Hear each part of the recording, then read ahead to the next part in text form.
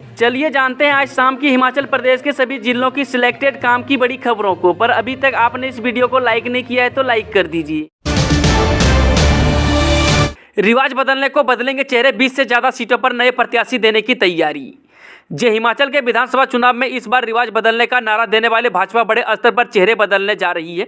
20 से ज़्यादा विधानसभा सीटों पर पिछले चुनाव से अलग चेहरे उतारे जा रहे हैं। दिल्ली में टिकटों पर चल रही माथापेची जारी है और मंगलवार को प्रधानमंत्री मोदी की उपस्थिति में पार्लियामेंट्री बोर्ड प्रत्याशियों पर फैसला लेगा। वहीं सोमवार सुबह से ही दिल्ली में भाजपा की चुनाव समिति की बैठक हरियाणा भवन में शुरू हुई है।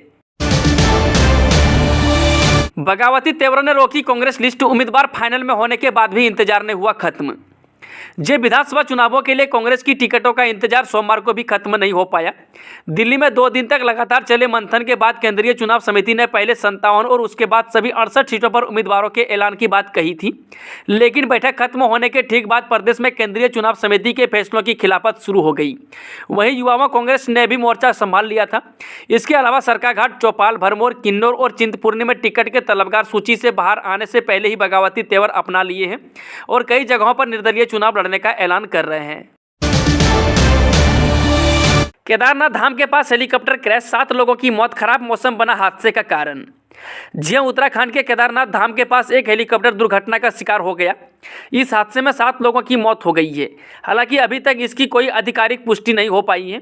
हादसा केदारनाथ मंदिर से करीब 2 किलोमीटर दूर गरुड़ चट्टी में पेश आया है। जो हेलीकॉप्टर क्रैश हुआ है वो आयरन कंपनी का बताया जा रहा है। हादसे की सूचना मिलते ही पुलिस और SDRF की टीमें राहत एवं बचाव कार्य के लिए दुर्घटना स्थल के लिए रवाना हो गई है।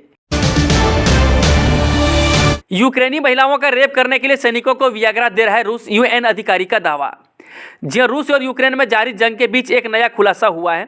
संयुक्त राष्ट्र संघ की विशेष अधिकारी प्रामिला पैटर्न ने ऐसा दावा किया है, जिससे अंतर्राष्ट्रीय समुदाय के होश उड़ गए हैं।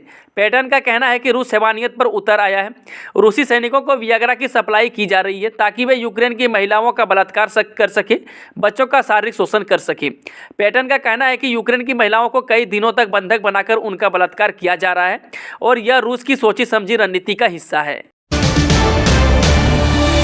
काले धन पर घुमाए टोल फ्री नंबर, विधानसभा चुनावों को लेकर आयकर विभाग ने जारी किया नंबर। निदेशालय ने विधानसभा चुनाव में काले धन के उपयोग को रोकने के लिए व्यापक व्यवस्था की है। इस संबंध में सूचना के लिए शिमला में टोल फ्री नंबर 180018080889 के साथ एक नियंत्रण कक्ष स्थापित किया गया है। यह 24 घंटे काम करेगा। इस नंबर पर शिकायत दर्ज की जा सकती है। कॉल करने वाले की पहचान गोपनीय रखी जाएगी।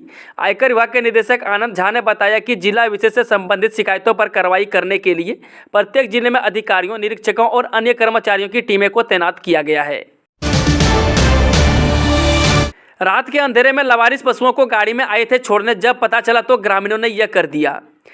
करसों से लगभग 40 किलोमीटर दूर फिरनू क्षेत्र में गत रात्रि किसी दूसरे क्षेत्र से पहुंचाया लवारिस पशुओं सहित पिकअप वाहन को स्थानीय ग्रामीण लोगों द्वारा दबोचा गया है। स्थानीय निवासी सुनील ने बताया कि गत रात्रि लगभग 9:30 बजे एक महिंद्रा पिकअप वाहन जो कि लवारिस पशुओं से लदा हुआ था, किसी बाहरी क्षेत्र से फिरनू गाँव पहुँचाकर रात के अंधेरे में छोड़ा जा रहा था। शिमला में होटल परिसर में आकर गिरी तेज रफ्तार बाइक, बेमलोई के चालक की मौत। शिमला शहर में सोमवार देर रात पेश आए सड़क हादसे में बाइक चालक की मौत हो गई है। हादसा शिमला शहर के RTO स्टेशन के पास पेश आया। जानकारी के अनुसार आपको बता दें कि RTO स्टेशन के पास सोमवार देर रात एक तेज रफ्तार बाइक सड़क से लुढ़ककर फरहिल होटल के पास परिसर में जा गिरी। मल्लिकार्जुन खड़गे, शशि थरूर को हिमाचल से 83% वोट, 90 डेलीगेट में से 75 ने ही डाला वोट।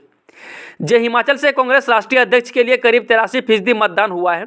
प्रदेश में कुल 90 डेलीगेट थे जिन्हें इस चुनाव प्रक्रिया में हिस्सा लेना था, लेकिन इनसे 75 ने ही मतदान किया है। कांग्रेस के 9 डेलीगेट दिल्ली में थे और उन्होंने ही वहीं मतदान किया, जबकि 81 नेता हिमाचल में थे और इनमें से 66 ही मतदान करने प्रदेश कांग्रेस मुख्यालय राजीव भवन पहुंचे थे। मतदान प्रक्रिया से 15 डेलीगेट नदारद रहे। बताया जा रहा है कि खराब सेहत की वजह से ये सभी नेता मतदान के लिए नहीं पहुंच पाए। अब दिल्ली में इन वोटों की गिनती होगी और 19 अक्टूबर को कांग्रेस राष्ट्रीय अध्यक्ष का चेहरा साफ हो जाएगा। असम में सोलर प्लांट लगाएगा SJVN, MOU साइन, पहले साल 2192 मिलियन यूनिट का विद्युत उत्पादन। SJVN ने असम में 1000 मेगावाट की फ्लोटिंग सौर परियोजनाओं के विकासार्थ MOU साइन किया है। एसजेवीएन अध्यक्ष ने बताया कि सोमवार को गुवाहाटी में एसजेवीएन की पूर्ण स्वामित्व वाली अधीनस्थ company SJVN green energy limited और Assam power distribution company limited के माध्यम से एमओयू हस्ताक्षर किए गए। 5G सिम के नाम पर लोगों से ठगी, हिमाचल में साथीरों ने अपनाया नया तरीका, अपग्रेड के बहाने लाखों की चपत। जी हाँ, 5G नेटवर्क की शुरुआत साइबर ठगों के लिए ठगी का हथियार बन गई है। अभी तक साइबर ठग लोग को केवाईसी, आधार से पैन लिंक और बिजली बिल के नाम पर ठग रहे थे, लेकिन उन्होंने अपना तरीका बदलते हुए 5G सिम अपग्रेड का झांसा देकर ठगी शुरू कर दी है। ऐसे पुलिस ने किसी भी 5G नेटवर्क अपग्रेड या अपडेट चक्कर में न पड़कर साइबर ठगों से सतर्क रहने की एडवाइजरी जारी की है। बंजार में पुलिस ने पकड़ी 3 किलो 115 ग्राम चरस, एसआईयू टीम को गश्त के दौरान कामयाबी। कुल्लू पुलिस ने बंजार में 3 किलो 115 ग्राम चरस के साथ एक युवक को गिरफ्तार किया है। जानकारी के अनुसार बंजार के अंतर्गत आने वाले गुसेनी नामक स्थान से आगे बठाहड़ की तरफ चिपनी मार्ग पर एसआईयू कुल्लू की टीम गश्त करती थी। उसी समय एक व्यक्ति वहां से आया और पुलिस को देखकर घबरा गया। बिखी गया ज्वालामुखी में चढ़ाया ऊंट, 5,000 में नीलाम, मंदिर प्रशासन ने ली राहत की सांस। जय विश्वविख्यात शक्तिपीठ श्री ज्वालामुखी मंदिर में आश्विन माह के शरद पर कालीन नवरात्रि में चढ़ाया गया ऊंट सोमवार को 5,000 में नीलाम हुआ, जिससे मंदिर न्यास ज्वालामुखी ने राहत की सांस ली है। गौरतलब है कि 26 सितंबर को पहले नवरात्र को मंदिर ज्वालामुखी में चढ़ाया गया यह ऊंट मंदिर न्यास के लिए गले की फांस बन गई थी, क्योंकि 2 लोग इसकी देखभाल के लिए रखे गए थे और हजारों रुपये का चारा खा रहा था। इससे मंदिर के लिए यह एक समस्या बन गई थी, क्योंकि कोई इसे लेने नहीं आ रहा था। फाइनेंस बनाएगा नई आउटसोर्स पॉलिसी। चुनाव की घोषणा से पहले कैबिनेट में हुए फैसले के बाद आउटसोर्स पॉलिसी बनाने को लेकर एक बड़ा अपडेट सामने आया है। कैबिनेट ने इसके लिए कौशल विकास एवं रोजगार निगम बनाकर सभी आउटसोर्स कर्मियों को इसी कंपनी के दायरे में लाने को कहा था। कैबिनेट में हुए इस फैसले के बाद अब तक इस बारे में ऑर्डर जारी नहीं हुआ है। इसकी वजह यह है कि फाइनेंस विभाग खुद ही यह पॉलिसी बना रहा है। मंत्री महेंद्र ठाकुर और विधायक राजेंद्र राणा 21 अक्टूबर को दाखिल करेंगे नामांकन। हिमाचल प्रदेश विधानसभा चुनाव की अधिसूचना जारी होने के साथ ही विभिन्न दलों के प्रत्याशी अपने नामांकन पत्र दाखिल करने की तिथि तय करने में जुट गए हैं। जयराम सरकार के मंत्री महेंद्र सिंह ठाकुर ने 21 अक्टूबर को नामांकन दाखिल करने का शुभ मुहूर्त निकाला है। आपको बता दें कि महेंद्र सिंह का यह 8वां चुनाव है। वह हर पार्टी से चुनाव लड़े हैं और 7 बार लगातार जीत का रिकॉर्ड उनके नाम है। वहीं कांग्रेस के विधायक राजेंद्र राणा 21 अक्टूबर को शुक्रवार सुबह 11 बजे नामांकन दाखिल करेंगे।